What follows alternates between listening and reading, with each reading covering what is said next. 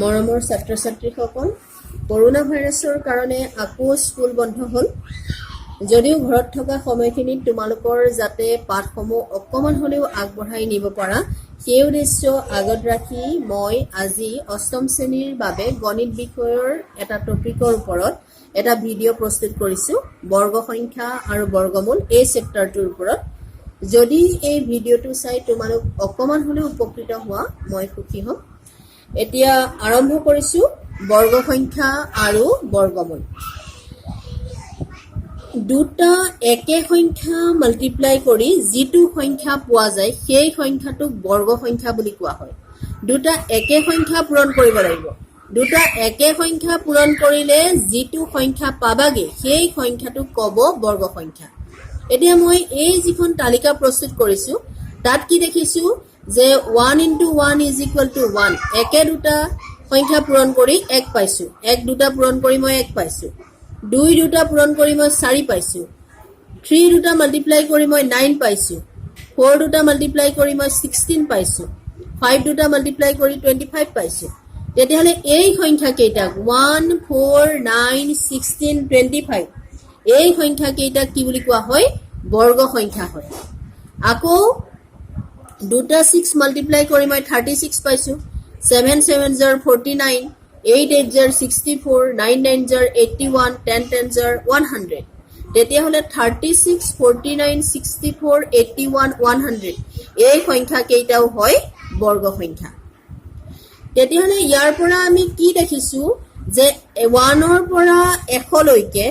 Total বৰ্গ সংখ্যা হ'ল 10টা। 1, 4, 9, 16, 25, 36, 49, 64, 81 and 100। বাকী মাজৰ যিখিনি সংখ্যা আছে সেইখিনি পূৰ্ণবৰ্গ সংখ্যা বা বৰ্গ সংখ্যা বা স্কোৱাৰ নাম্বাৰ নহয়। যেনে স্কোৱাৰ নাম্বাৰ কি নহয়? 1 আৰু 4ৰ মাজত থকা 2, 3 স্কোৱাৰ নাম্বাৰ নহয়। কাৰণ একে দুটা নাম্বাৰ মাল্টিপ্লাই কৰি কেতিয়াও তুমি 2 পাব নোৱাৰা, বা একে দুটা সংখ্যা মাল্টিপ্লাই কৰি কেতিয়াও তুমি 3 পাব নোৱাৰা। 1 3 × 3 হয়, কিন্তু 1 আৰু 3 দুইটা বেলেগ বেলেগ সংখ্যা। গতিকে দুটা বেলেগ সংখ্যা পূৰণ কৰিহে আমি 3 পাইছোঁ। সেইকাৰণে 3 বা 2 বৰ্গ সংখ্যা নহয়। ঠিক তেনেদৰে 4 আৰু 9ৰ মাজত থকা 5, 6, 7, 8 সেইকেইটা বৰ্গ সংখ্যা নহয়। 49 আৰু 64ৰ মাজত বহুতখিনি সংখ্যা আছে। 50, 51, 52 up to 63 এই গোটেইখিনি সংখ্যা কি নহয়? বৰ্গ সংখ্যা নহয়। তেতিয়াহ'লে এই চাৰ্টখনৰ পৰা আমি এটা প্ৰশ্ন কৰিব পাৰোঁ যে এটা সংখ্যাৰে এটা অংকৰে গঠিত হোৱা বৰ্গ সংখ্যা কেইটা আছে? এটা অংকৰ বৰ্গ সংখ্যা কেইটা আছে? এটা অংকৰ বৰ্গ সংখ্যা 3টাই আছে। কি কি? 1, 4 and 9 এইকেইটা হ'ল এটা অংকৰ বৰ্গ সংখ্যা। দুটা অংকৰ বৰ্গ সংখ্যা কেইটা আছে? দুটা অংকৰ বৰ্গ সংখ্যা গোটেই বিশ্বব্ৰহ্মাণ্ডত এইকেইটাই আছে। 16, 25, 36, 49, 64 and 81 এইকেইটাই হ'ল দুটা অংকৰে গঠিত বৰ্গ সংখ্যা। তেনেকে 3টা অংকৰে গঠিত আটাইতকৈ সৰু বৰ্গ সংখ্যাটো কি? সেইটো হ'ল 100। বা এনেকুৱা এটা প্ৰশ্ন হ'ব পাৰে যে 50 আৰু 60ৰ মাজত থকা বৰ্গ সংখ্যাটো কোৱা। এতিয়া ইয়াত কি দেখিছা?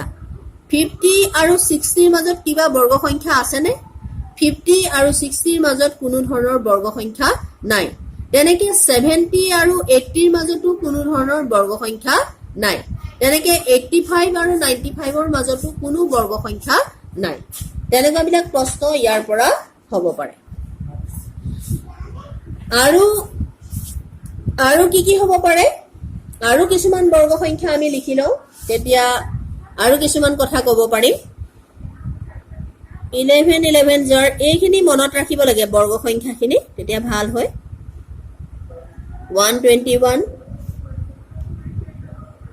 12 12 জাৰ 12 12 গুণ 144, 13 13 জাৰ 13 13 গুণ 169, 14 14 জাৰ 196, 15 15 জাৰ 225, 16 16 জাৰ 256, 17 17 jar 289 18 18 jar 324 19 19 jar 19 19 গুণ 361 20 20 jar 20 20 গুণ 400 এইখিনি হল আৰু কিছুমান বৰ্গ সংখ্যা 121 144 169 196 225 256 289 324 18 18 jar 324 19 19 jar 361 20 20 jar 400 এইখিনি হল আৰু কিছুমান বৰ্গ সংখ্যা এতিয়া এই বৰ্গ সংখ্যাবোৰ যদি তুমি মন কৰা তেতিয়া হলে কি দেখিবা আমি সকলোৱে যুগ্ম সংখ্যা আৰু অযুগ্ম সংখ্যা জানো যে যুগ্ম সংখ্যা কোনবিলাক যিবিলাক সংখ্যা 2 ৰে হৰণ কৰিব পাৰি সেইবিলাক হল যুগ্ম সংখ্যা বা যিবিলাক সংখ্যাৰ এককৰ ঘৰত 0 2 4 6 8 থাকে সেইবিলাক হল যুগ্ম সংখ্যা আৰু বাকিখিনি যিখিনি 2 ৰে সম্পূৰ্ণৰূপে হৰণ নাযায় বা 1 3 5 7 9 এইকেইটা অংক যদি এককৰ স্থানত থাকে সেইবিলাক হল অযুগ্ম সংখ্যা এতিয়া ইয়াত তুমি ভালদৰে মন কৰিলে কি দেখিবা যে যিখিনি যুগ্ম সংখ্যা আছে সেই যুগ্ম সংখ্যাখিনিৰ বৰ্গটো সদায় এটা যুগ্ম সংখ্যা যেনে 2 ৰ বৰ্গ কি 4 4 ৰ বৰ্গ কি 16 6 ৰ বৰ্গ কি 36 8 ৰ বৰ্গ কি 64 10 ৰ বৰ্গ কি 100 12 ৰ বৰ্গ 144 বা 18 ৰ বৰ্গ 324 এইবিলাক আমি কি দেখিছো যে যিখিনি যুগ্ম সংখ্যা আছে সেই যুগ্ম সংখ্যাখিনিৰ বৰ্গ সদায় একোটা যুগ্ম সংখ্যা আৰু যিখিনি অযুগ্ম সংখ্যা আছে ধৰি লোৱা 1 ৰ বৰ্গ সেইটো হল 1 3 ৰ বৰ্গ 9 5 ৰ বৰ্গ 25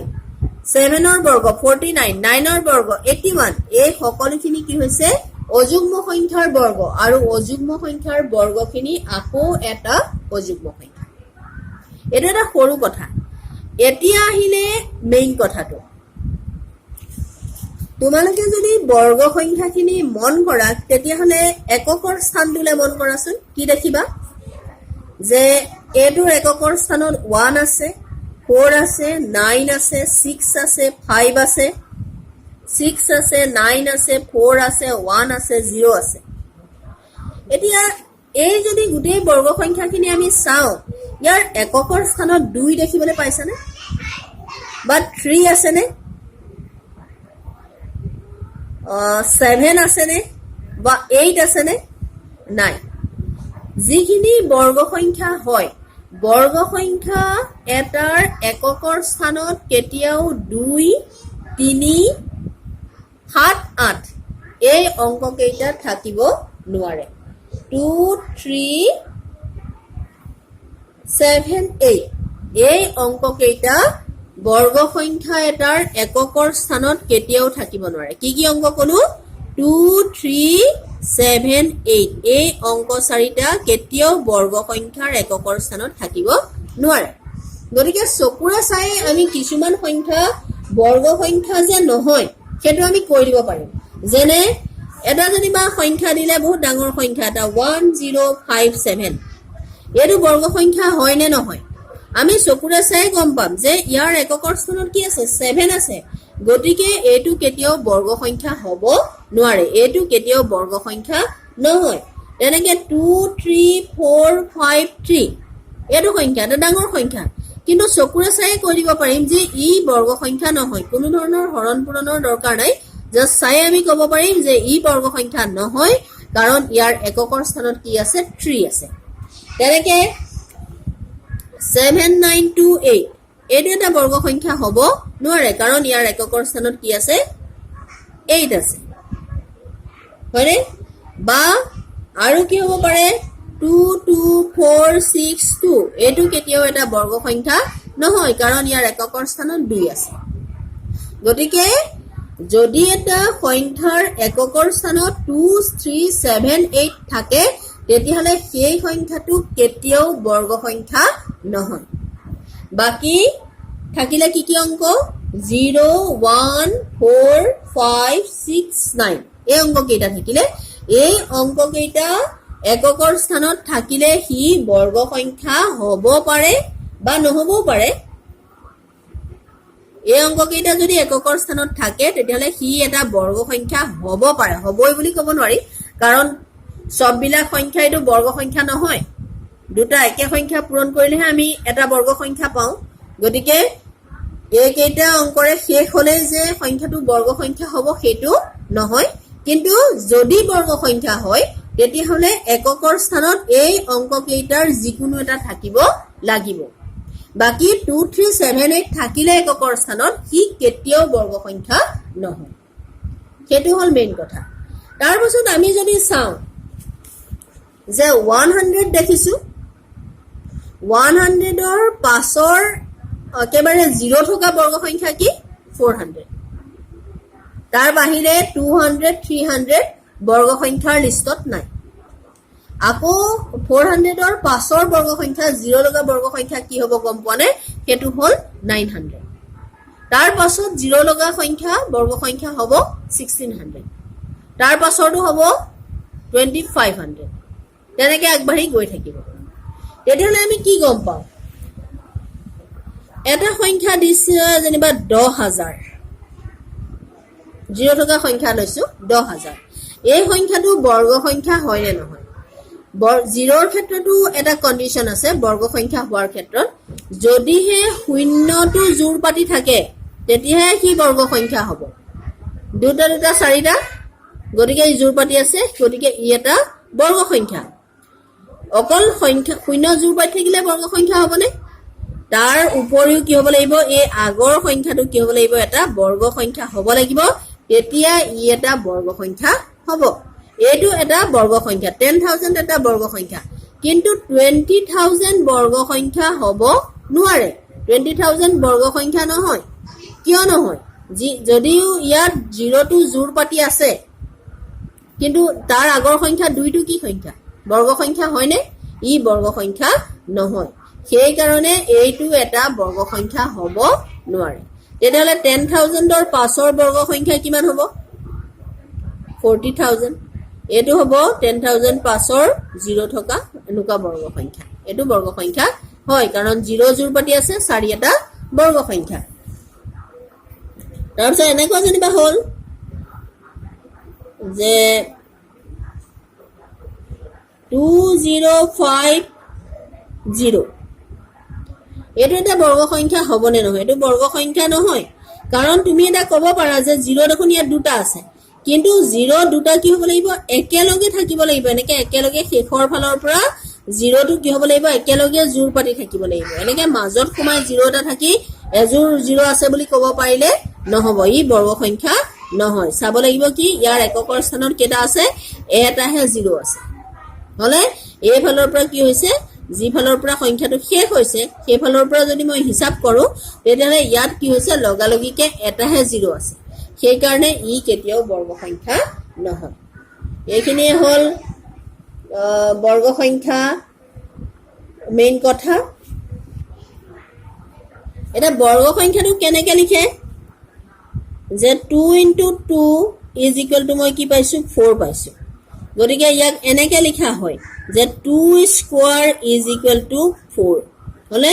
2 এটো কি বুলি কয় স্কয়াৰ বুলি কয় এই দুইটা দুই একে সমানকে নিলিখে এই যেটো ঘাত এটো ঘাত হৈছে 2 টু দি পাৱাৰ 2 এটো 2 ৰ ঘাত 2 এই ঘাতটো কি লিখিব লাগিব সদায় সমান চিনৰ সদায় সংখ্যাটোৰ সোঁফালে অলপ ওপৰলে সৰুকে লিখে ঘাতটো বা 3 * 3 9 তেতিয়াহলে এটো স্কয়াৰত লিখিলে কি হ'ব 3 স্কয়াৰ = 9 বা 15 যাৰ কিমান পাইছিলো 225 তেতিয়াহলে এটো কিমান হ'ব 15 স্কয়াৰ = 225 এনেদৰে কি লিখা হয় বৰ্গ সংখ্যাবোৰ লিখা হয় ঠিক আছে তাৰ পাছত আৰু কি কথা কওঁ যে এটা সংখ্যা আমি ললো 123 হোল স্কয়াৰ এটো সংখ্যা এই সংখ্যাটোৰ এটো এটা বৰ্গ সংখ্যা 123 স্কয়াৰ এই সংখ্যাটোৰ এককৰ ঘৰত কি থাকিব সেইটো কৰিবলৈ আমি 123 into 123 দুটা নকৰিলেও চলিব হলে আমি কি কৰিব লাগে এই সংখ্যাটোক স্কয়াৰ কৰি দিব লাগে লাষ্টৰ অংকটোক হোল স্কয়াৰ কৰি দিব লাগে তেতিয়া কিমান হ'ব 3 3 গুণ 9 হলে তাৰ মানে এই সংখ্যাটোৰ এই বৰ্গ সংখ্যাটোৰ এককৰ ঘৰত কি থাকিব একক স্থানত থাকিব কিমান 9 একক স্থানত 9 থাকিব তেনেকে 77 স্কয়াৰ ইয়াৰ একক স্থানত কি থাকিব ইয়াৰ একক স্থানত থাকিব 7 স্কয়াৰ কিমান 7 স্কয়াৰ মানে হল 49 এটা একক স্থানটোহে বিচাৰিছে গতিকে এটা অংকহে ক'ব লাগিব তাৰ মানে ইয়াৰ একক স্থানত কি থাকিব ইয়াৰ একক স্থানটো 9 থাকিব হলে যে 123 হোল স্কয়াৰৰ একক স্থানটো 9 থাকে আৰু 79 হোল স্কয়াৰৰ একক স্থানটো কি থাকে 9 থাকে তেনেকে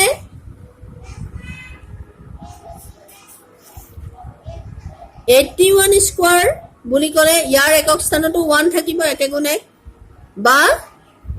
49 স্কয়াৰ বুলি ক'লেও ইয়াৰ একক স্থানত কিমান থাকিব 9 গুণ 81 1 থাকিব হয়নে তাৰ মানে কি হৈছে এককৰ স্থানত 1 হ'বলৈ হলে বৰ্গ সংখ্যাটোৰ যিটো সংখ্যা আমি স্কয়াৰ কৰিছো সেই সংখ্যাটোৰ একক স্থানত কি থাকিব পাৰিব 1 বা 9 থাকিব পাৰিব তেনেদৰে একক স্থানত বৰ্গ সংখ্যাটোৰ একক স্থানত 9 পাবলৈ হলে সেই সংখ্যাটোৰ একক স্থানত কি থাকিব পাৰিব 3 বা 7 থাকিব পাৰিব হলে তেনেকে বৰ্গ সংখ্যাটোৰ একক স্থানত 4 থাকিবলৈ হলে আমি কোনটো সংখ্যা বৰ্গ কৰিলে একক স্থানত 4 পাম একক স্থানৰ সংখ্যাটো যদি 2 হয় বা একক স্থানৰ সংখ্যাটো যদি 8 হয় তেতিয়াও কি হ'ব 8 8 জাৰ 64 তাৰ পৰা 4 আহিছে বা 2 2 জাৰ 4 তাৰ পৰা 4 হ'ব তেনেদৰে আমি বৰ্গ সংখ্যা বৰ্গমূলৰ ওপৰত কিছুমান অংক কৰিব পাৰোঁ এইখিনি হ'ল বৰ্গ সংখ্যা আৰু বৰ্গমূলৰ বিষয়ে আজি মই ইমানখিনিয়ে ক'লো